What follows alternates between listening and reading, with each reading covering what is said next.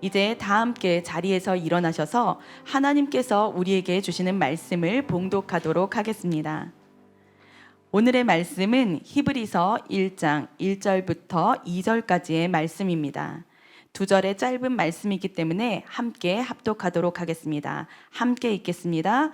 옛적의 선지자들을 통하여 여러 부분과 여러 모양으로 우리 조상들에게 말씀하신 하나님이 이 모든 날 마지막에는 아들을 통하여 우리에게 말씀하셨으니 이 아들을 만유의 상속자로 세우시고 또 그로 말미암아 모든 세계를 지으셨느니라. 아멘.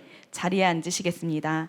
이제 담임 목사님께서 나오셔서 오늘도 말씀하시는 하나님이라는 제목으로 말씀 전해 주시겠습니다. 할렐루야. 순전한 교회 주일 예배 참여하시는 여러분 모두를 주님의 이름으로 환영합니다. 우리 인사 나누실까요? 잘 오셨습니다. 사랑하고 축복합니다. 예.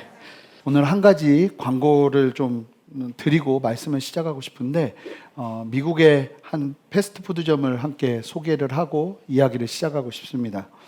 칙필에이라고 우리나라에는 아직 들어오지 않았어요. 근데 여기가 제가 알기로는 지금 3대 패스트푸드점 중에 하나로 성장한 것으로 알고 있습니다.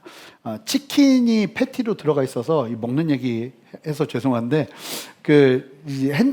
햄버거는 미국에서는 속에 소고기 패티가 들어가면 햄버거, 다른 게 들어가면 샌드위치가 되거든요. 그래서 햄버거 똑같은 모양인데 치킨 모양이 딱 들어갔는데 진짜 맛있어요. 그리고 거기 햄버거가 이게 밀크쉐이크 뭐 이런 쉐이크들도 진짜 맛있어요. 제가 맛있다는 얘기만 해서 근데 여기 보시면 광고가 되게 재밌어요. 이 소들이 나와서 치킨 더 먹으라고 광고를 합니다. 근데 이 기업이, 이 패스트푸드점이 기독교 신앙 안에서 세워진 기업이에요. 그래서 여기가 얼마나 좀 어떻게 보면 신앙적으로 강직하냐면 주일에 문을 열지 않습니다.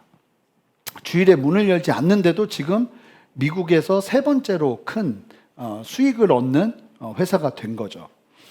그리고 가보면 이렇게 바구니를 줘요. 그럼 그 바구니에다 핸드폰 놓고 대화하라고.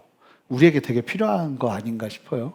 대화하라고 하고 그러는 기업인데, 이 기업이 2012년 정확하게 제가 유학 마지막 해가 2012년이었어요. 그때 이 칙필에이의 회장이 댄 케이시라는 분이었는데, 이분이 이 기업이 어디에다 후원을 했냐면 이 동성애가 너무 심하게 일어나고 있다 보니까 반동성애를 외치는 기독교 단체에 후원을 하고 있었어요. 근데 그걸 후원한다는 게 이제 소문이 나면서 공격을 받고 있었는데, 일반 기자를 만나서 일반 신문에 낸 게 아니라 베프티스트 프레스, 그러니까 남침내 교단 신문에, 믿는 사람들만 읽는 신문에 이야기를 나누다가 이 회장이 이런 얘기를 했어요. 차별된 얘기를 한 게 아니라 우리는 성경이 규정한 바의 가족을 중시한다. 우리는 가족이 소유하는, 운영하는 기업이고 우리는 성경의 가치를 따라 남자와 여자가 만나 결혼하는 것이 옳다고 생각한다. 우리는 하나님께 감사한다. 왜냐하면 이게 누구를 혐오하려고 한 게 아니라 믿는 사람들끼리 읽는 신문에다가 나의 신앙을 고백한 거예요. 여기에는 혐오 발언이 하나도 없죠. 그런데 이 말을 했다는 이유로 난리가 난 거예요, 미국에서. 왜냐하면 차별금지법 안에서 이게 혐오 발언이라고 주장하기 시작하는 거죠. 당시에 제일 먼저 나섰던 사람이 뉴욕의 시의장이었던 이 사람이 레즈비언이었어요. 근데 이 언사를 가지고 칙필에이를 공격하기 시작했는데 뉴욕에서 칙필에이 점들이 다 문을 닫고 나가야 했어요. 그러면서 하나둘 그냥 이게 혐오 발언을 한 것이 아니라 그냥 침례 교단 신문에다가 내 신앙을 이야기했는데 그걸 가지고 혐오다 해서 프레임을 씌우고 난리가 나서 결국은 보스턴, 워싱턴, 시카고, 샌프란시스코에서 칙필에이의 반기를 들고 매점을 다 나가게 했습니다. 위기가 온 거죠. 그 신앙을 얘기했다는 것만으로 위기가 온 거예요. 그때 전 아칸소 주지사인 마이클 허컵이라는 그 분이 계신데, 이분이 재밌게도 목회자예요. 그런데 하나님의 부르심을 받고 정치 쪽으로 이제 입문을 해서 아주 굉장히 미국의 대선 후보로도 공화당 쪽에서 나왔던 분이시거든요. 이분이 저희 학교 동문이시기도 해요. 근데 이분이 가만히 보니까 이거 안 되겠는 거예요. 그래서 기독 단체들과 믿는 사람들과 연합해서 뭘 했냐면 2012년 8월 1일을 치필레이 감사의 날로 정하자. 그리고 우리 그날 믿는 사람들이 다 같이 이 귀한 믿음의 선포를 한 기업을 후원하자. 그래서 그날 다 샌드위치 한 번씩 사 먹기 한 거예요. 그래서 성도들이 그날 다 그 가게 가서 동네마다 있는 치필레이 가서 먹자 하고 이제 그 날을 만든 거죠. 8월 1일. 제가 그때 갔었는데요. 샌드위치를 먹기 위해서 1시간 반을 기다려야 했어요. 아마 그리스도인들이 성도들이 엄청나게 모여가지고 근데 기다리는데 꼭 교회에서 이 집회하는 느낌 있잖아요. 서로 막 교제하고. 제가 그때 사진이 있어가지고 사진을 찾다 보니까 요 한 장 딱 있더라고요. 보여주시겠어요? 우리 딸들하고. 저는 안 찍고 저희 딸들하고 치필레이 딱 표시되어 있는 거기에서 먹고 고 치필레이 하고 저도 그 SNS에 올렸던 기억이 있습니다. 그러면서 인산인해를 이루면서 이 성도들이 힘을 보여준 거예요. 기독교인들이 힘을 보여준 거예요. 1시간 반을 기다리는데 행복하더라고요. 그리고 더 되게 은혜가 됐던 게 뭐냐면 기다리는 우리를 위해서 무료로 이 쉐이크를 공짜로 줬어요. 그게 가장 큰 은혜가 된 것 같아요. 그러면서 지금 이 기업은 계속 성장했고 제가 달라스 베프티스트 유니버시티라는 데를 나왔거든요. 근데 거기에 총장님이 한국에 오셔서 만났는데 그 총장님이 학교가 엄청나게 발전했다고 자랑을 하는 거예요. 그러면서 뭘 얘기했는지 아세요? 우리 학교에도 드디어 칙필레이가 들어왔다고 그 얘기를 하는 거예요. 아, 그럴 정도로 하나님이 보호하시고 함께 하는 거죠. 제가 왜 이 이야기를 하냐면 여러분 10월 27일에 한번 보여주시면 우리나라도 차별금지법이 통과될 위기에 있습니다. 여러분 찬성하는 사람들은 절대로 그런 일 없다고 이야기하지만 절대 그렇지 않아요. 이게 통과되기 시작하면 여러분 지금 미국은 성도들이 애들을 일반 학교에 보내지를 못합니다. 그래서 한 700~800명만 되면 교회에서 학교를 운영해요. 애들이 너무 잘못된 가치관으로 심지어는 아이들한테 여자애한테 쉬라고 얘기하면서 굉장히 이쁘다 이야기하면 화를 내요. 얘가 커서 자기의 성 정체성으로 남자가 될지 여자가 될지를 결정해야지 네가 왜 쉬라고 그러냐. 그럼 뭐라 그러냐. 이시라고 하라는 거예요. 말이 안 되는 일이 진짜로 일어나고 있는 것이죠. 여러분 우리나라에도 이 차별금지법이 지금 턱 밑까지 차올랐어요. 근데 보니까 10월 27일에 200만 명의 성도들이 모일 걸 기대하면서 악법 저지 집회를 하더라고요. 같이 예배하고 이 나라를 살리기 위해서 저는 우리 교회도 함께 했으면 좋겠어요. 그래서 우리 성도님들 이때가 우리 대청타워가 아니라 기호빌딩에서 예배하는 마지막 날이거든요. 그날 예배하고 제가 김밥 준비하겠습니다. 저희가 김밥 먹고 운동화 신고 오세요. 그리고 다 같이 지하철 타고 광화문 가서 저는 저희 아이들 또 데리고 갈 거예요. 100만 명의 성도들이 모여서 나라를 위해 기도하는 예배에 우리 아이들이 함께 해야 되지 않겠어요? 봐야 되는 거예요. 그리고 이 나라를 위해서 이게 기점이 돼서 진짜로 여러분 너무 기독교를 동네 북처럼 흔들어대요.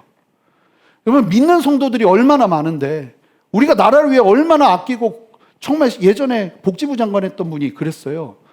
이 복지부 맨 처음엔 교회에 대해 안 좋은 마음이 있었는데 복지부 장관 해보니까 나라에 어려운 거 돕는 건 다 교회가 하더라는 거예요. 돌아가질 않는 거예요. 어려운 사람들 돕는 거. 그럼에도 불구하고 우리가 왜 지금 이렇게 흔들려 되는가. 저희도 같이 참여하고 나라를 위해 기도하고 하면서 이 나라를 위해서 함께 서는 저와 여러분 되었으면 좋겠습니다. 그래서 그날 같이 가시기로요. 손에 손잡고 벽을 넘어 우리가 함께 가서 함께 그 자리에 참여해서 같이 예배하고 돌아오면 좋겠어요. 그래서 이날 위해서 기도해 주시고 우리 함께 했으면 좋겠습니다. 우리 옆에 분에게 고백할까요? 나라를 위해 기도합시다. 기도하고 말씀 전하겠습니다. 하나님, 오늘 우리에게 주시는 아버지의 말씀 온전하게 누리며 서고 싶습니다. 성령이여 충만하게 역사하셔서 아버지의 마음, 아버지의 뜻 나눠주시고 특별히 성령의 감동을 따르는 삶, 그 첫 말씀을 엽니다.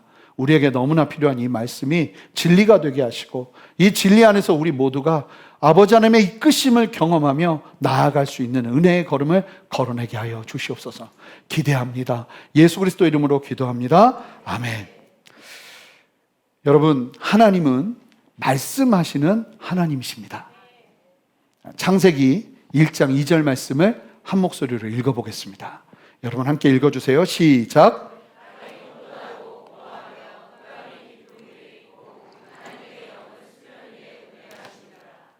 하나님께서 천지를 창조하시기 이전은 이 정리가 되어 있지 않았어요. 땅은 혼돈하고 공허하며 흑암이 깊음 위에 있었다고 이야기합니다. 그런데 많은 사람들이 이게 창조하기 전의 모습이다라고 생각하고 있어요. 그렇게 이해들을 하죠. 그리고 그곳에 하나님의 영이 어디에서 운행하고 있다고 그래요? 수면 위에서. 그러면 이때 이제 천지 창조를 제대로 이제 온전하게 지구에 생명들이 들어올 수 있도록 창조 사역을 시작하시는 그 전부터 뭐가 있었다는 거예요? 물이 있었다는 거예요. 물. 수면에 운행하고 있었다. 그렇다면 여러분 아시잖아요? 하나님은 무에서 유를 창조하신 분이에요. 그렇죠? 아무것도 없는 데서 모든 것을 만드신 분이 하나님이십니다. 이게 우리의 믿음입니다. 뭔가가 막 뭐 아메바 같은 거 뭐 무슨 작은 세포가 있어서 거기서부터 시작된 게 아니라 아무것도 없는 세상에서 모든 것을 만드신 능치 못한 일이 없으신 전지전능하신 하나님이 우리의 하나님인 줄 믿습니다. 그렇다면 이게 무슨 말이죠? 하나님이 온 세상을 이제 창조하셔야 되는데 그 전에 물이 있었다는 건 뭐고? 이게 무슨 얘기일까요? 여러분 창세기 1장 1절 말씀이 굉장히 중요한 말씀이에요. 우리 1장 1절 말씀 함께 읽어볼까요? 함께 읽겠습니다. 태초에 하나님이 천지를 창조하시니라. 여러분 이게 무슨 얘기인지 아세요? 하나님이 창조하신 얘기를 설명하는 게 아니라 이제 본격적으로 생물들과 빛과 이 땅의 모든 것들을 만드시기 이전에도 이미 창조 사역은 진행되었다는 거예요. 이걸 조금 더 쉽게 설명하기 위해서 NASB 영어 성경으로 창세기 1장 1절을 보겠습니다. In the beginning, 맨 처음에 이미 하나님이 뭐 했다는 거예요? 창조하셨어요. 과거형이에요. 하늘과 땅을 창조해 놓으신 상태, 그 상태가 어땠는지를 2절에서 설명하고 있는 거예요. 하나님은 이미 온 우주와 지구를 창조하신 거예요. 그리고 2절은 더 구체적인 하나님의 창조 사역이 이루어지기 전의 상태, 지구가 막 생성되었을 때의 상태를 말해주고 있는 거예요. 그 상태를 뭐라고 설명하는가? 땅이 혼돈했다. 카오스. 혼돈이라는 단어가 헬라어로 카오스인데 뭐 질서가 없었다는 걸 의미합니다. 질서가 없었어요. 그리고 공허했다. 비어있다는 의미로 생명체가 존재하지 않았다는 거예요. 생명이 살 수 없는 환경이었다는 거예요. 그리고 흑암이 깊음 위에 있었다. 어둠만 있었어요. 하나님의 영이 수면에서 운행하신 거예요. 그러니까 지구가 초창기에는 물로만 채워져 있었고 어둠이 있었음을 알 수 있습니다. 그 상태에서 이제 하나님의 구체적인 창조 역사가 일어나기 시작한 거예요.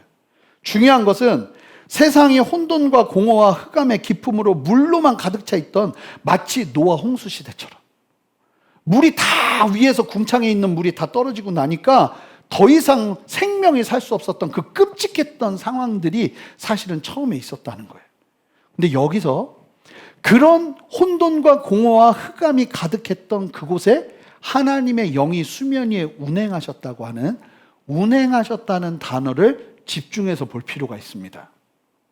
여기서 운행하셨다는 단어는 히브리어로 보면 메라 헤페트라는 단어가 사용돼요. 근데 이게 일반적인 동사로 사용되면 떠돌아다닌다 이런 의미예요. 그런데 이 히브리어는 아주 독특한 문법적인 특징들을 가지는 게 있는데 그 중에 하나가 뭐냐면 히브리어 동사 중에 PL형이라는 게 있어요. 그냥 듣고 마셔도 돼요. PL형이라는 게 있는데 이 PL형이 이 페라헤페트에 붙으면 어떤 의미가 되냐면 그냥 떠도는 게 아니라 강력한 힘을 가지고 주도적인 주도권을 가지고 움직이는 것을 의미해요. 그러니까 하나님이 혼돈과 공허한 흑암으로 가득한 세상에 하나님의 뜻을 가지고 주도적인 힘을 가지고 운행하기 시작하셨다는 거예요. 여기서부터 하나님의 역사는 시작되는 거예요. 이 똑같은 단어가 어디에 또 사용되냐면 신명기 32장 11절이에요. 기가 막힌 곳에서 사용되는데 이스라엘 백성들을 광야에서 이 애굽에서 끄집어내셔서 인도해 내신 하나님이 어떻게 너희를 이끌었는지를 이야기하시는 말씀이에요. 근데 여기서 이렇게 얘기해요. 마치 독수리가 자기의 보금자리를 어지럽게 하며 자기의 새끼 위에 너풀거리며, 이 너풀거린다는 말이 페라헤페트예요. 독수리가 자기의 새끼를 돌보기 위해서 위에서부터 맴돌면서 강력한 힘을 가지고 날개를 활짝 펴고 자기의 새끼를 보호하기 위해서 주시하는 것처럼 그의 날개를 펴서 새끼를 받으며 그의 날개 위에 그것을 엎는 것 같이 하나님께서 너희들을 이끌어내셨다 말씀하시는 말씀을 사용할 때 페라헤페트가 사용되는 거예요. 하나님께서 흑암과 공허와 혼돈으로 가득 차 있었던 세상 가운데 무언가를 하시기 위해 주도적인 하나님의 뜻을 가지고 운행하기 시작하셨다는 거예요. 운행하기 시작하시면 그 다음부터 생명을 위해서 무엇을 하시는가? 자, 창세기 1장 3절을 크게 읽도록 하겠습니다. 함께 읽습니다. 시작. 하나님이 말씀하시기 시작하세요. 여러분, 하나님이 말씀하시기 시작하자 그때부터 질서가 일어나기 시작하고 하나님의 뜻이 나타나기 시작합니다. 여러분, 이 창세기가 언제 누구에 의해서 누구에게 쓰여진 책인지 아십니까? 이스라엘 백성들이 광야에 있을 때 하나님께서 모세에게 계시하셔서 쓰게 하신 책이 창세기예요. 왜 하나님께서 창세기를 말씀하시면서 그 첫 절에 이와 같은 창조 사역을 말씀하고 계시는 걸까요? 여러분, 이스라엘이 그랬어요. 애굽의 노예로 있을 때 그들의 삶은 혼돈과 공허와 흑암으로 가득 차 있었어요. 그런 그들의 부르짖음에 하나님의 영이 운행하시기 시작하면서 그들의 아픔을 바라보셨고 그 무질서와 혼돈을 정리하시기 위해 하나님이 모세를 불러서 뭐 하시기 시작하셨나요? 말씀하시기 시작했어요. 여러분, 혼돈과 공허와 무질서는 하나님의 말씀으로 질서를 잡기 시작하는 것입니다. 모세를 통해 말씀하시기 시작하시자 이스라엘 안에 그 혼돈과 무질서와 질서가 없고 그냥 흑암밖에 보이지 않았던 노예 생활하고 있던 이스라엘 백성들 안에 질서가 잡히고 목적이 생기고 걸음이 분명해지는 역사가 일어난 것입니다. 하나님의 말씀 안에서 자신들의 자리를 회복하기 시작하는 거예요. 사랑하는 성도 여러분, 우리도 마찬가지입니다. 혼돈과 공허와 흑암으로 가득 찬 우리의 인생, 열심히 살아보겠다고 하지만 내 뜻과 다르게 무너져버린 우리의 인생에 필요한 것이 무엇일까요? 여러분, 하나님의 말씀이 나의 삶에 울리기 시작하는 거예요. 내 삶에 하나님이 말씀하시기 시작하는 거예요. 거기서부터 생명은 시작되고 질서는 이루어지기 시작합니다. 도대체 이걸 어떻게 수습해야 되지? 도대체 이 상황을 어떻게 내가 정리해야 되지? 여러분, 그것을 정리하는 길은 우리의 지혜에 있지 않아요. 여러분, 그것을 정리할 수 있는 가장 빠른 길은 하나님의 말씀이 나의 삶에 울리게 하는 거예요. 그럴 때 하나님이 역사하세요. 여러분, 그거 아세요? 창세기 1장 2절과 3절의 순서가 너무 중요합니다. 먼저 보세요. 하나님께서 우리의 삶을 어미 독수리가 새끼를 보호하시는 것처럼 우리 위를 운행하시는 게 먼저예요. 그리고 나서 그 역사 다음에 하나님께서 우리의 주변 어미새가 아기새를 지키는 것처럼 운행하시고 난 다음에 그 다음에 하나님께서 우리에게 말씀하시기 시작해요. 여러분, 그렇기 때문에 말씀이 만약에 갑자기 나에게 진짜 생명처럼 들리고 기도하기 시작하는데 주님이 주시는 감동이 나를 붙잡기 시작한다면 여러분, 하나님 앞에 감사하셔야 돼요. 그게 뭘 말하는지 아세요? 하나님은 그 전부터 먼저 내 삶을 독수리가 새끼를 쳐다보듯이 쳐다보고 계셨다는 거예요. 운행하고 계셨다는 거예요. 다른 게 아니에요. 아, 하나님이 내 삶을 지켜보고 계셨구나. 그래서 우리가 하나님이 운행하실 수 있는 상황 가운데 우리의 삶을 오픈하는 게 얼마나 중요한지 몰라요. 여러분 예배의 자리를 사모하시기 바라요. 기도의 자리를 사모하시기 바라요. 하나님이 터치할 수 있는 환경을 사모하시길 바라요. 그렇게 나아갈 때 하나님이 우리의 삶을 돌보시고 운행하시기 시작하면서 그 다음에 역사는 어디서부터 이루어지는가? 우리의 삶에 말씀하시기 시작하는 순간부터 이루어지기 시작하는 거예요. 이번 주에 아주 이상하리만큼 정말 성령의 감동으로 인도해 주시지 않으면 그 혼돈과 무질서를 정리할 수 없는 그런 환경 가운데 있는 분들을 여러 분을 만나게 되었어요. 이 상황이 참 하나님 말씀으로 이끄시는 것 같아요. 말씀이 우리에게 부어질 때 분명히 상황과 환경도 우리에게 분명한 이유가 있는 거예요. 이 강해 설교 하다가 이제 여기까지 오게 된 거잖아요. 이 사도행전을 하다 보니까 이게 성령의 감동을 놓치고 이게 어떻게 하는지도 모르고 산다면 성도로서 삶을 제대로 살아낼 수 없겠구나. 그 필요를 보고 이 말씀을 전하기 시작하는 거잖아요. 근데 지난주에 특별히 성령의 감동 없이는 안 되는 상황에 놓인 분들이 너무나 많은 거예요. 여러분 보세요. 지구 무너질 것도 없어요. 아무것도 없던 곳이에요. 그곳에도 하나님의 말씀이 시작되니까 생명이 시작되고 보금자리가 만들어지는 것처럼 여러분 하나님이 능치 못하실 일은 없는 줄 믿습니다. 여러분들의 삶 가운데 하나님이 말씀하시기 시작한다면 그때부터 생명은 소망은 시작되는 거예요. 저의 삶도 마찬가지였어요. 하나님이 내 삶에 말씀하시지 않았다면 과연 나의 지금의 모습은 어땠을까? 지난주에도 나눴지만 정말 상상이 되질 않아요. 그런데 하나님이 말씀하시기 시작하니까 그 모든 것이 협력하여 선을 이루게 하시는 아버지의 놀라운 역사와 인도하심으로 나를 끌고 가시더라고요. 문제는 뭐냐면 하나님의 말씀이 울리지 않는 게 문제예요. 내가 예수를 믿고 있음에도 불구하고 하나님의 말씀이 생명처럼 전달되지 않는 게 문제예요. 만약에 우리의 삶에 하나님의 말씀이 한 절이라도 울린다면 바울에게 사울아 사울아 네가 왜 나를 핍박하느냐, 그 한마디에 그의 일생 전체가 꼬꾸라지고 살아왔던 모든 삶을 부정할 수 있었던 것처럼 하나님의 말씀이 우리의 삶 가운데 울린다면 여러분 하나님의 생명은 우리에게서 시작될 줄 믿습니다. 여러분 이 말씀을 들으면서 이 성령의 감동을 따르는 삶을 계속 대하시면서 여러분 사모하시기 바라요. 하나님 내게도 말씀하여 주십시오. 하나님 내게도 감동하여 주십시오. 내 삶을 이끌어 주시옵소서. 이 사모함으로 나아가는 저와 여러분 되었으면 좋겠어요. 그런데 무엇보다 이 성령의 감동, 우리가 흔히 말하는 하나님의 음성이 무엇인지를 분명하게 이해하는 게 필요합니다. 오늘은 그 부분을 좀 살펴볼 거예요. 잘못 이해하거나 오해하는 경우 어떻게 하냐면 이 성경 말씀을 등한시해요. 그리고 맨날 어떤 감각이나 감동을 쫓아서 가려고 해요. 그러다 보니까 이게 건강한 신앙을 놓치게 되는 경우가 굉장히 많거든요. 그리고 하나님이 말씀하셨다는 말도 너무나 쉽게 오용이 돼요. 여러분 이 하나님 말씀하셨다는 말이 얼마나 무게가 있는 말인지를 오늘 함께 보게 될 거예요. 그래서 이 부분을 좀 정리하고 우리가 성령의 감동을 따르는 삶을 분명하게 이해하는 게 필요해요.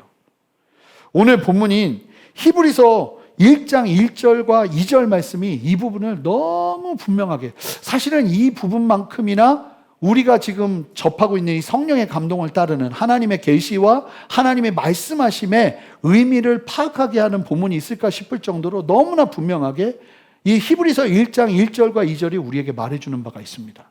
함께 좀 살펴볼 텐데 1절 말씀을 여러분들께서 함께 한 목소리를 힘차게 읽어주시기 바랍니다. 함께 읽겠습니다. 시작.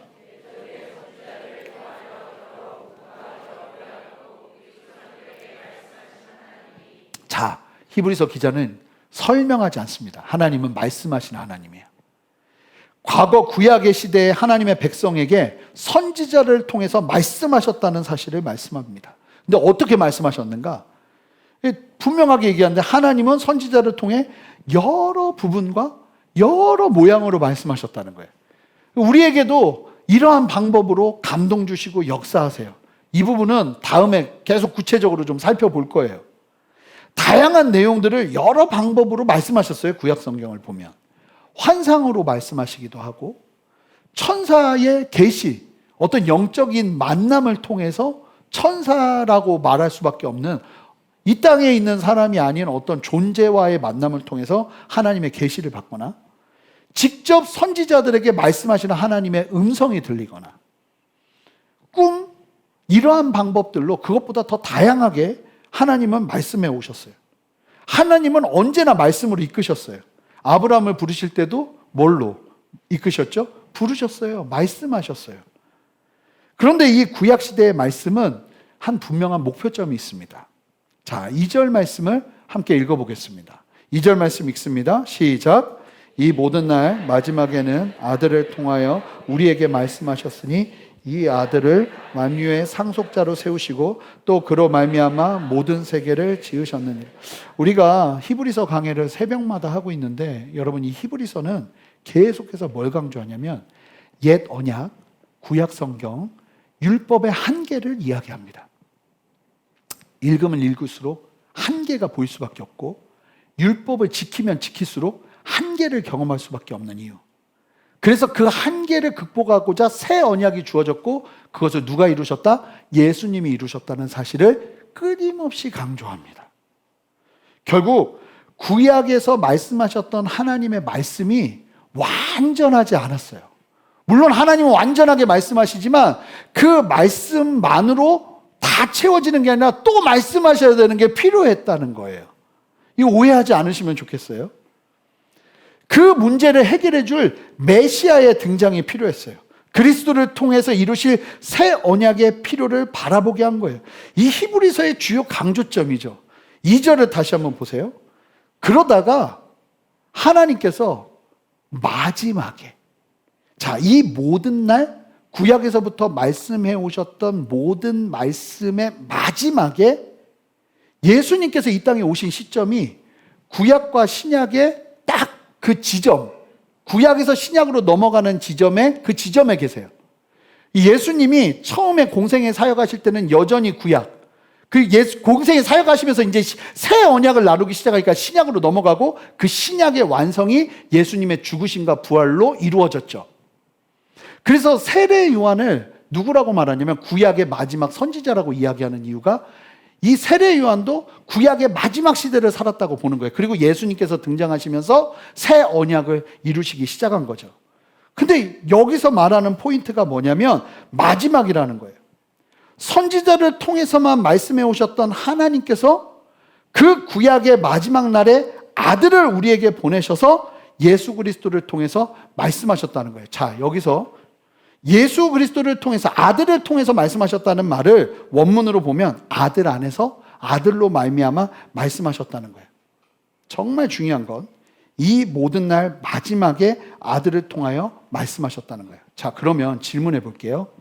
마지막 다음이 있습니까? 없습니까? 앵콜은 없어요. 마지막 다음은 없어요. 그러니까 예수님을 통해서 말씀하신 게 마지막이라면 그 다음에 또 다른 말씀은 있을 수 있어요? 없어요? 없어요. 예수님이 말씀하셨고 예수님이 다 이루셨는데 그 다음에 또 다른 계시가 있을 수 있는 거예요? 없는 거예요? 없다는 거예요. 예수님이 하나님의 말씀을 전하는 마지막이셨어요. 이 마지막이라는 말이 핵심입니다. 이제 더 이상 다른 말씀은 없어요. 예수님을 통해서 우리에게 주시는 말씀이 마지막 말씀이라는 거예요. 구약이 향하는 지점이 바로 예수 그리스도예요. 여러분, 구약의 주제가 뭐라고 그랬죠? 오실 예수 그리스도. 오실 예수 그리스도. 그 마지막이 예수님이 되시는 거예요. 그래서 마지막에 하나님께서 아들을 통하여 우리에게 모든 말씀을 다 전하셨어요. 자, 이제 하나님의 말씀을 예수님을 통해서 필요한 그 말씀을 다 전하신 거예요. 전부. 그래서 마지막에 예수님을 통해서 말씀하셨다는 건 이런 거예요. 구약시대에 선지자를 통해서 말씀하셨음에도 한계가 있었어요. 죄의 문제가 해결되지 않다 보니 일어나는 한계였죠. 히브리서가 그 한계점을 강조하거든요. 그런데 예수님을 통해서 마지막에 말씀하셨다는 것은 그 모든 과거의 한계들을 정리하셨고 하셔야 될 말씀들을 온전하게 예수 그리스도를 통해서 다 하셨다는 거예요. 마지막에 말씀하셨다는 건 마치셨다는 거예요. 우리에게 하실 말씀들을 예수님을 통해서 다 하셨다는 거예요. 아멘 하셔야 돼요. 다 하셨어요. 이건 예수님께서 공생의 기간 동안에 하신 말씀만으로 한정되면 안 돼요. 예수님이 행하셨던 행동, 그 모든 것들이 다 메시지가 돼서 하나님이 우리에게 다 말씀하셨다는 거예요. 우리가 너무나 잘 아는 요한복음 1장 1절 한 목소리로 읽겠습니다. 시작. 태초에 말씀이 계시니라. 이 말씀이 하나님과 함께 계셨으니 이 말씀은 곧 하나님이시니라. 우리가 너무나 잘 아는 말씀인데 그냥 말씀 자체가 예수님이세요. 즉 예수님의 행동, 예수님의 행위, 예수님이 걸어내셨던 모든 게 다 하나님의 말씀이라는 거예요. 예수님은 말씀으로만 우리에게 말씀하지 않으셨어요. 행동으로 가장 중요한 것을 말씀하셨어요. 그게 뭡니까? 예수님의 십자가의 죽음과 부활이었죠. 예수님께서 다 말씀하신 거예요.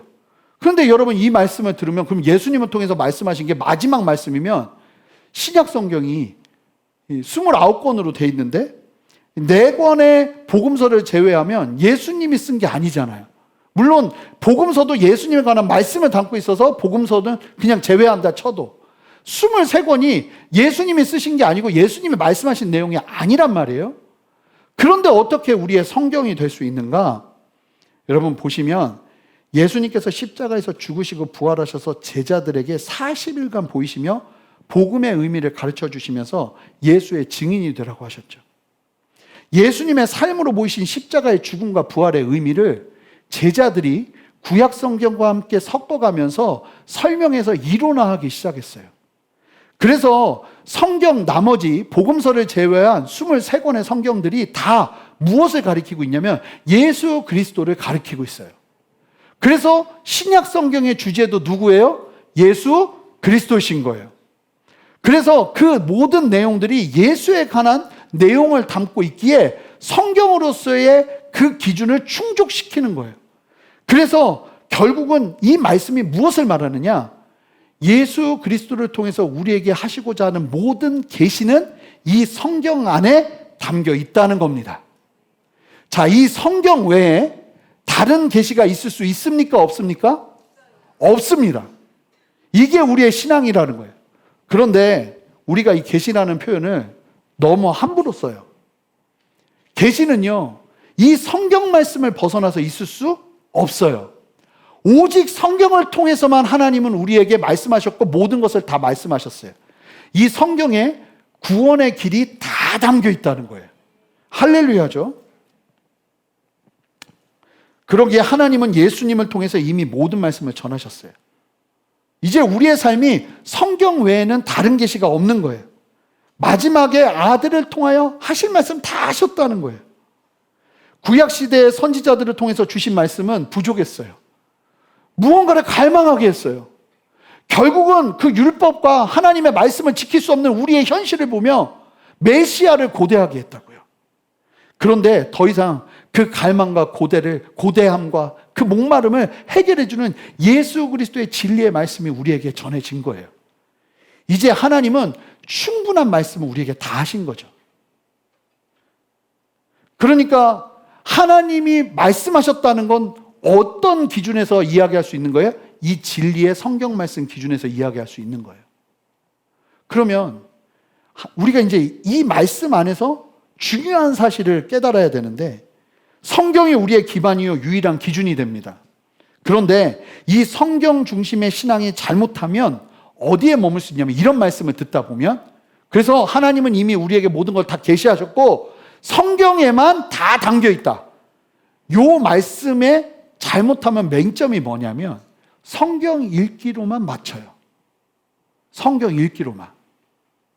자, 이거는 말씀 속에서 우리가 좀 더 이해해야 될 필요가 있거든요. 과연 올바른 신앙의 모습인가? 성경 읽고 이성으로 생각하고 그리고 그냥 그렇게 걸어가는 게 우리의 신앙인가? 아니요, 그렇지 않아요. 함께 에베소서 1장 17절에서 19절 말씀을 한 목소리로 읽어보겠습니다. 함께 읽습니다. 시작. 우리 주 예수 그리스도의 하나님 영광의 아버지께서 알게 하시고 너희 마음의 눈을 밝히사 그의 부르심의 소망이 무엇이며 성도 안에서 그 기업의 영광의 풍성함이 무엇이며 그의 힘의 위력으로 역사하심을 따라 믿는 우리에게 베푸신 능력의 지극히 크심이 어떠한 것을 너희로 알게 하시기를 구하노라.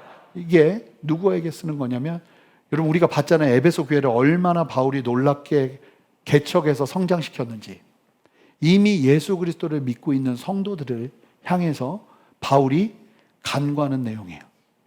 예수 그리스도를 믿고 구원받아 성도의 삶을 살고 있음에도 불구하고 이 영역이 결여되어 있는 경우들이 너무나 많더라는 거예요. 그래서 간구하고 기도한다, 너희를 위해서 기도한다 하는 내용이 담긴 게 우리가 지금 읽은 에베소서 1장 17절에서 19절이에요. 결국 이 말씀이 뭘 이야기하냐면 모든 성도에게 뭐가 있기를 바란다는 거예요. 지혜와 계시의 영이 함께하기를 바란다. 자, 새로운 계시가 우리에게 임하는 것이 아니라 계시의 근원이 되시는 모든 성경은 디모데서에서 모든 성경은 하나님의 감동으로 된 것으로 교훈과 책망과 바르게 함과 의로 교육하기에 유익하다고 했어요. 그러니까 모든 성경을 누구의 감동으로 쓰게 하신 거예요? 성령의 감동으로 쓰게 하신 거예요. 그 계시하셨던 성령께서 우리 안에 역사하시는데 새로운 계시를 하는 것이 아니라 그 계시된 내용을 제대로 깨닫고 하나님 안에서 온전히 살아가도록 돕는 영으로 우리 안에 임하신다는 거예요. 그래서 여기서 말하는 영도 푸뉴마의 성령을 의미하는 단어가 사용돼요. 구약시대에 하나님께서 선지자들을 만나시고 이끄셨던 것과 그 계시의 본체셨던 성령께서 우리 안에도 임하셔서 똑같이 역사하실 수 있다는 거예요. 자, 그래서 계시, 지혜와 계시의 영이 들어오면 어떤 일이 벌어지는가를 설명하는데, 여러분 이 내용을 잘 보세요. 이 에베소서 말씀 보시면 첫 번째, 여러분 지혜와 계시의 영이 임할 때 하나님을 알게 되는 역사가 일어납니다. 그러니까 지혜와 계시의 영이 내 안에 충만하게 임하지 않으면 하나님을 아는 것도 한계가 있어요. 두 번째 보세요. 마음의 눈을 밝히사, 여러분 지혜와 계시의 영이 우리 안에 충만할 때 우리의 눈이 밝아집니다. 영적인 눈이 밝아지는 거예요. 그러면서 무엇을 알게 하신대요? 부르심의 소망이 무엇인지를 알게 하신대요. 삶의 소망 문제를 성령께서 정리해 주시기 시작하는 역사가 일어나는 거예요. 내가 무엇을 위해 살아야 되는지. 이스라엘 백성들 보면 그렇죠. 애굽에 있을 때 그들의 소망은 그냥 밥 한 끼 잘 먹는 거 아니었을까요? 내일은 주인에게 맞지 않는 게 소망이지 않았을까요? 그런데 하나님께서 그들의 인생 가운데 개입하시며 말씀하시기 시작하자 그들의 소망은 가나안이 되기 시작하잖아요. 여러분 지혜와 계시의 영이 우리 안에 부어지기 시작할 때 우리의 인생이 무엇을 위해 살아야 될지 소망을 바라보기 시작하는 역사가 함께하게 되는 거예요. 세 번째, 그 기업의 영광의 풍성함이 무엇인지를 알게 돼요. 이게 놀라운 사실인데, 내가 하나님의 기업이 된다는 사실을 알 뿐만 아니라 하나님이 나에게 주시는 기업이 그 얼마나 풍성한지를 경험하기 시작하는 역사가 지혜와 계시의 영이 부어지기 시작할 때 누려지게 된다는 거예요. 그러니까 지혜와 계시의 영을 경험하지 못하면 하나님의 그 풍성한 나의 인생에 부어주기를 원하시는 당신의 기업을 누리지를 못해요. 반드시 있어야 되는 거죠. 그리고 마지막 네 번째 보세요. 기가 막혀요. 하나님의 능력의 지극히 크심은 지혜와 계시의 영이 들어갈 때 경험되기 시작한다는 거예요. 왜요? 지혜와 계시의 영이 내 삶에 감동을 주고 이끄는 대로 순종하다 보면 뭐가 함께하기 시작하는 거예요? 하나님의 능력의 크심이 함께하기 시작하는 거예요. 이스라엘 백성들에게 모세를 통해 말씀하시기 시작하자 그들의 삶에 놀라운 하나님의 능력이 경험되는 것처럼 수많은 사도들이 성령 안에 온전하게 세워지고 난 다음에 그들의 걸음 속에서 수많은 하나님의 능력이 경험되는 것처럼 그것은 단지 그들만의 이야기가 아니라 예수 그리스도를 믿고 살아가는 우리 모두의 이야기가 될 수 있도록 무엇을 주신다는 거예요? 지혜와 계시의 영을 주신다는 거예요. 우리가 하나님을 알게 되고 어떤 부르심으로 살아야 하는지, 나의 기업의 풍성함이 무엇인지, 하나님의 능력이 너무나 필요한데 그 크신 능력을 어떻게 사용하는지, 이 모든 것을 지혜와 계시의 영, 성령을 통해서 하신다는 거예요. 왜 계시의 영이라고 표현하겠어요? 계시의 본체가 되는 이 성경을 통해서 이 모든 것을 누리게 하시는 세밀한 인도하심을 성령께서 이루시기 때문이에요. 여러분, 그래서 지혜와 계시의 영을 사모한다면 기도와 함께 말씀을 사모하셔야 돼요. 이 본체를 모르면 정말 위험해져요. 제가 보니까 예언 사역을 하시는 목사님들 중에 건강하게 하시는 분들은 말씀을 외우다시피 하더라고요. 말씀을 떠나지 않는 거예요. 진리 안에서 주님이 주시는 감동을 따라 이야기를 하기 시작하는 것이죠. 여러분, 2절을 보세요. 다시 한번. 이 모든 날 마지막에는 아들을 통하여 우리에게 말씀하셨으니. 여러분, 오늘날도 이미 말씀하신 성경 그 말씀을 가지고 하나님이 우리에게 끊임없이 이 말씀을 통해 우리에게도 성령의 감동으로 말씀하세요. 계시의 영으로 이끄세요. 그렇다고 여러분 새로운 계시가 임하는 게 아니라는 거예요. 그래서 하나님께서 말씀하셨다, 하나님의 음성이다 하는 표현은 자제할 필요가 있는 거예요. 자칫 하나님이 말씀하셨다고 이야기할 때 그 말이 성경만큼의 권위를 갖게 돼요. 이 퀘이커 교도들이라고 공동생활을 하는 사람들이, 이 사람들은 내적인 성령의 감동을 성경만큼 그 이상의 가치를 둬버렸어요. 근데 사실은 여러분 이제 나누게 되겠지만 성령의 감동을 따르는 삶을 살다가 이산이 아닌 게 할 때가 있거든요. 그런데 성경은요, 실수가 없어요. 아멘이죠. 한치의 오차가 없어요. 근데 어떻게 우리가 느끼는 감동과 거울을, 그 당시에는 거울이 우리가 보는 것처럼 이렇게 세미하게 보이는 게 아니라 구리처럼 보여가지고 내 얼굴이 어떻게 보이는지도 잘 몰랐단 말이에요. 새벽에도 나눴지만 그게 은혜일 수 있어요, 어쩌면. 너무 잘 보여서 문제예요. 근데 그렇게 아는 것처럼 우리의 은사가 사용된다고 이야기하거든요. 내가 하나님의 감동이다, 하나님의 음성이다, 하나님의 뜻이다 말하는 것이 사실은 그렇게 희미한 거예요. 그것이 어떻게 말씀의 권위를 갖겠어요? 여러분, 하나님이 나에게 말씀하셨어요. 저 이거 하겠습니다. 그러면 제가 막을 길이 없어요. 왜요? 내가 하나님보다 높아질 수 없잖아요. 말씀하신다는 것 자체가 그만큼 권위가 있고 힘든 이야기인 거예요. 그래서 우리는 앞으로 성령의 감동을 따릅니다 라고 이야기할 거예요. 성령께서 우리에게 주시는 감동을 따라 순종하는 삶을 이야기할 거라고요. 그리고 이 진리 안에서 정리를 하자면 결국 이 말씀이에요. 하나님은 반드시 예수 그리스도를 통해 말씀하십니다. 이 말씀의 의미는 하나님은 반드시 성경을 통해서 우리에게 말씀하신다는 거예요. 성경을 통해 완전한 계시를 전하셨고 그 말씀을 가지고 온전하게 살아가도록 예수 안에서, 말씀 안에서 우리에게 지혜와 계시의 영을 부어주시는 거예요. 그래서 성경을 읽으면 읽을수록 내 삶에서 하나님의 간섭이 많아지기 시작하는 거예요. 그분이 나에게 주시는 감동과 그분이 나에게 주시는 은혜들을 세밀하게 누리기 시작하는 거예요. 여러분, 그래서 성령의 감동을 따르는 삶을 이게 몇 주가 될지 모르겠어요.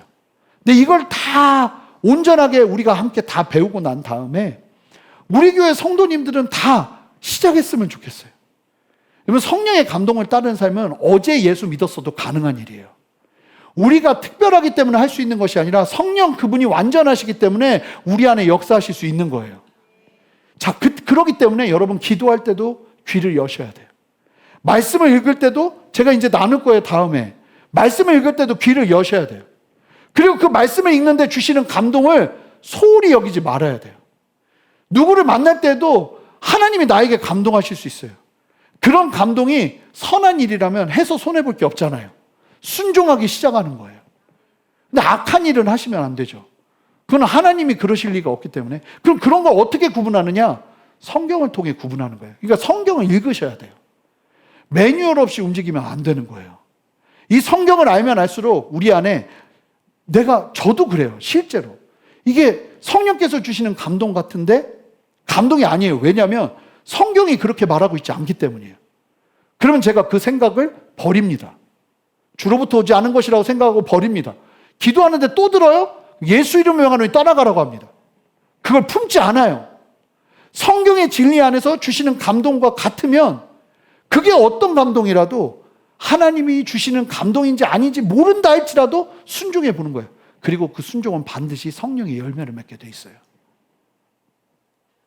로마서 8장 14절. 무릇 하나님의 영으로 인도함을 받는 사람만이 하나님의 아들이에요. 성도는 어떤 특징을 가지느냐? 하나님의 영의 인도하심을 받는다는 거예요. 여러분, 이걸 경험하기 시작하면 여러분, 우리의 인생은 너무나 달라져요. 분명하게요.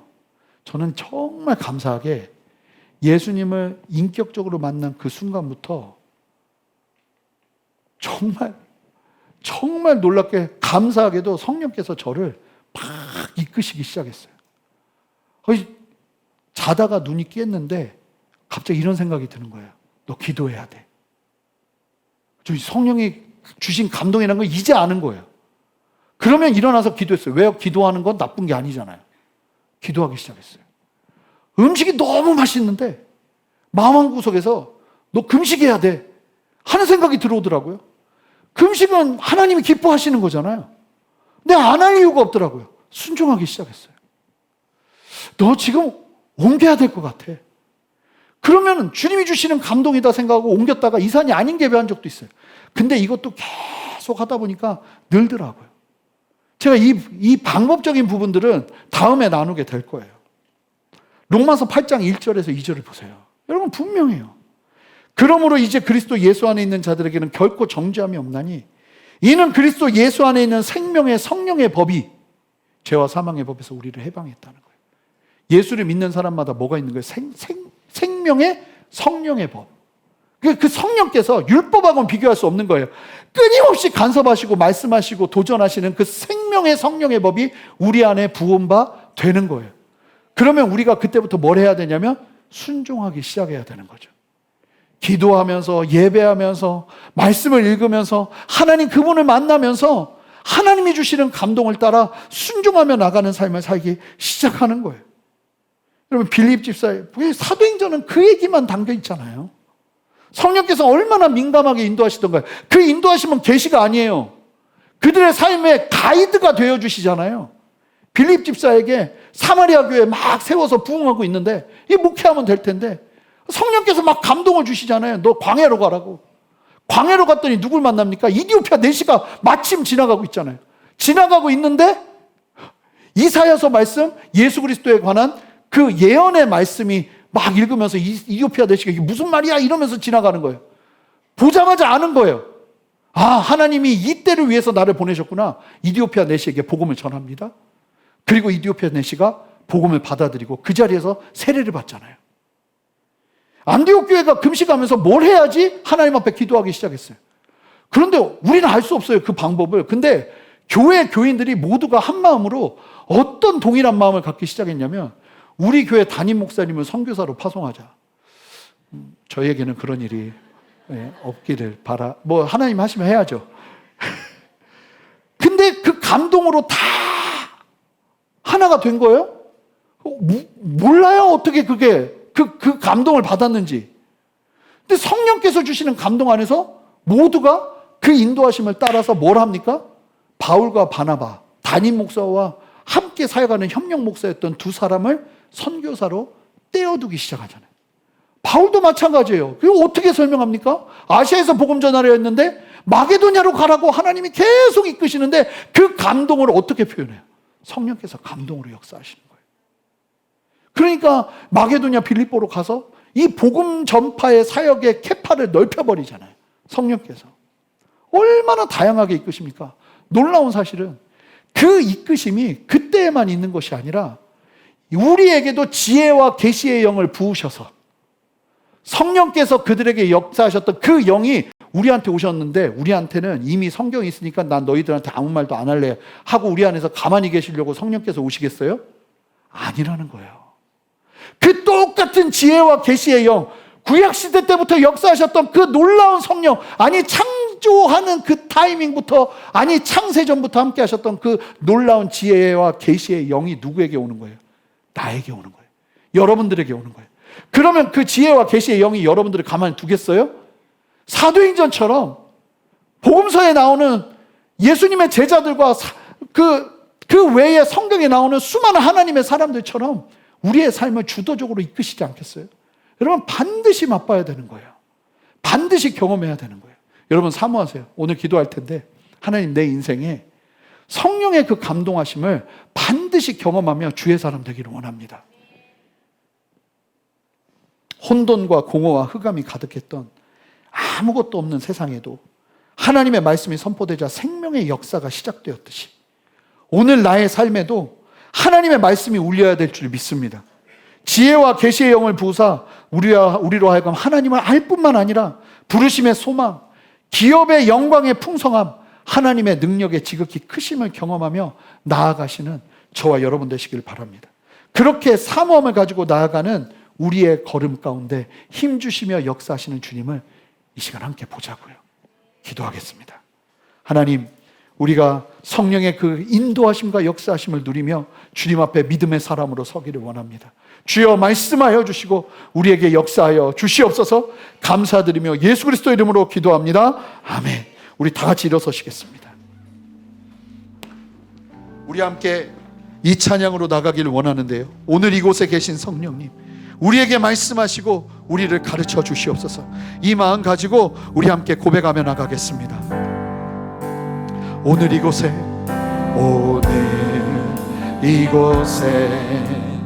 계신 성령님, 우리에게 말씀하시고 우리를 가르치소서. 단지 우리 맘 열어주시고 주의 빛으로 밝혀 우리를 인도하소서. 고백합니다. 오늘 이곳에 계신 성령님, 우리에게 말씀하시고 우리를 가르치소서. 다친 우리 맘 열어주시고 주의 빛으로 밝혀 우리를 인도하소서. 고백합니다. 주님보다 앞서지 않고 겸손하게 주님의 말씀 기다리니 주님 손에 우리를 드립니다. 사랑으로 인도하소서. 다시 한번 고백합시다. 오늘 이곳에 계신 성령님, 우리에게 말씀하시고 우리를 가르치소서. 다친 우리 맘 열어주시고 주의 빛으로 밝혀 우리를 인도하소서. 우리 함께 두 손을 듭시다. 주님보다 앞선 지혜와 계시의 영을 부어주시옵소서. 겸손하게 주님의 말씀 기다리니 주님 손에 우리를 드립니다. 그분을 신뢰하며 기대하며 고백하세요. 사랑으로 인도하소서. 주님보다 앞서지 않고 겸손하게 주님의 말씀 기다리니 주님 손에 우리 드립니다. 사랑으로 인도. 우리 전심으로 고백합니다. 목마른 나의 영혼, 목마른 나의 영혼 주를 부르니 나의 맘 만져 하나님 나에게 말씀하여 주시옵소서. 주님만을 원합니다. 교회여, 더 전심으로 고백합시다. 함께 두 손을 높이 들고 하나님 나의 목마른 심령 위에 지혜와 계시의 영을 부어주시옵소서. 목마른 나의 영혼 주를 부르니 주소서. 주님만을 원합니다. 더 원합니다. 나의 맘 만져 주소서. 혼돈과 공허와 흑암이 가득했던 나의 삶 속에 여러분 지금도 말씀이 선포되었습니다. 이제 우리에게 필요한 건 지혜와 계시의 영으로 역사하시는 성령의 충만을 누리며 그분의 감동을 따르며 나아가는 거예요. 하나님, 나의 삶의 질서가 서는 유일한 길은 아버지의 말씀이 울리는 것인 줄 믿음으로 바라보며 나아가오니 하나님, 나에게 말씀하여 주시옵소서. 그렇게 사모하는 사람들마다 두 손을 들고 주님 앞에 간절히 기도하며 나가겠습니다. 함께 주님의 이름 부르며 기도합니다. 주여, 주님 역사하여 주시옵소서. 하나님 함께하여 주시옵소서. 주님만을 바라보며 주님만을 의지하며 주님의 말씀하심을 사모하며 나가오니 하나님 말씀하여 주시옵소서. 질서를 허락하여 주시옵소서. 아버지의 마음을 나누어 주시옵소서. 하나님의 마음으로 담대하게 서기를 원하오니 하나님 역사하여 주시옵소서. 하나님 일하여 주시옵소서. 성령이여 감동으로 충만하게 역사하여 주시옵소서. 한 사람 한 사람 하나님의 마음으로 새롭게 세워주시옵소서. 아버지의 마음 부어주시옵소서. 주님의 일하심을 찬양하며 나가오니 하나님 역사하여 주시기를 원합니다. 하나님 보게 하시기를 원합니다. 하나님 깨닫기를 원합니다. 누리기를 원합니다. 주님의 인도하심을 따라 더 순종하며 나가기를 원하오니 하나님 역사하시고 인도하셔서 내 안에 주시는 주님의 감동, 내 안에 주시는 주님의 마음 절대로 놓치지 아니하고 주 앞에 순종하며 담대히 설 수 있는 은혜를 허락하여 주시옵소서. 할렐루야. 주님 역사하시는 주님을 찬양합니다. 하나님 역사하여 주시옵소서. 여러분, 이 시간 기도할 텐데 여러분, 지혜와 계시의 영이 임할 때 우리가 하나님을 알게 됩니다. 마음의 눈을 밝히사 부르심의 소망이 무엇인지를 말씀하시기 시작해요. 그 기업의 영광의 풍성함을 경험하게 하십니다. 하나님의 능력의 지극히 크심을 알기 시작하는 거예요. 하나님, 내 안에도 지혜와 계시의 영을 부어 주시옵소서. 하나님 앞에 순종하겠습니다. 우리가 앞으로 이 영역에 민감할 수 있는 방법들을 끊임없이 말씀 속에서 배우게 될 텐데 이 시작을 바라보면서 하나님, 내 안에 하나님 역사하시고 감동 주시는 아버지의 감동이 생명력 있게 살아 운동력 있는 성령의 법이 내 안에 시작되기를 원하오니 하나님, 내 안에 충만하게 역사하여 주시옵소서. 내 안에 간섭하여 주시옵소서. 내 안에 이끌어 주시옵소서. 그렇게 다 같이 사모하며 함께 두 손을 들고 주님의 이름 한번 부르며 기도합니다. 주여, 하나님, 우리 안에 역사하시는 주님을 찬양합니다. 하나님, 우리의 심령 가운데 주님 이끌어 주시옵소서. 성령여 감동 주시고 아버지 하나님, 주님 성령의 그 법이 우리 안에 역사되어지는 생명의 역사를 보게 하여 주시옵소서. 지혜와 계시의 영을 우리에게 부으사 하나님, 우리의 말씀 가운데 우리가 대하는 말씀 속에서 역사하시는 아버지의 그 세밀한 역사하심을 온전하게 누리며 사는 은혜를 허락하여 주시옵소서. 간과하지 않게 하시고 아버지 하나님 앞에 부르짖게 하시고 기도하게 하여 주시옵소서. 하나님, 보게 하여 주시옵소서. 하나님, 깨닫게 하여 주시옵소서. 하나님, 보게 하시고 맛보게 하고 알게 하여 주시옵소서. 주님 역사하시는 주님을 찬양하오니 한 사람 한 사람마다 아버지 하나님 주님 앞에서 열려지게 하시고 아버지를 순종할 수 있는 힘을 주시고 주님의 마음을 더하여 주시옵소서. 아버지 역사하여 주시기를 원합니다. 주님, 두렵고 떨리는 마음으로 거절했던 것들을 아버지 천천히 회개하며 나가오니 하나님 역사하여 주셔서 아버지 하나님의 마지막 말씀 안에 아버지 주님의 사모하며 주님을 의지하며 나아가는 은혜 위에 아버지의 역사하시는 보기를 원합니다. 주여 역사하여 주시옵소서. 여러분, 우리가 거절했던 것들을 회개합시다. 이미 우리가 예수 그리스도를 믿고 있음에도 불구하고 주님이 우리의 마음을 두드리시는 그 두드림을 거절했던 영역들을 회개합시다. 하나님, 내가 더 민감하게 깨어있기를 원합니다. 하나님, 하나님의 뜻을 알기 위해 말씀을 등한시하지 않기를 원합니다. 주의 성경을 아버지 주님이 우리에게 주신 이 성경 말씀을 통해 하나님의 뜻을 발견하며 주님이 주시는 감동에 더 민감하기를 원합니다. 하나님, 그렇게 내 삶에 서기를 원하오니 하나님, 이 감동을 막고 싫어하고 멀리하고 싶어하는 나의 모든 마음들을 예수 보혈로 이 시간 태워 주시옵소서. 여러분 알잖아요. 이 감동이 올 때 하나님이 주시는 감동이 올 때 그것을 막는 나의 자아, 나의 죄악됨, 나의 모습들 아시잖아요. 그 영역 주께 함께 올려드리기 원합니다. 주님, 내가 그 모든 영역들 다 버리고 주님 앞에 열린 마음으로, 아버지 하나님 깨어진 마음으로, 상한 심령으로 주 앞에 나아가 아버지의 다스리심을 보기를 원하오니 주여 역사하시고 다스려 주시옵소서. 그렇게 주님 앞에 간절히 기도하며 나가겠습니다. 여러분 결단하세요. 내가 멀리하지 않기로, 내가 거절하지 않기로, 주님이 주시는 감동을 따라 순종하기로 함께 결단하며 나가겠습니다. 함께 기도하겠습니다. 기도합니다. 주님 역사하시는 주님을 찬양합니다. 아멘.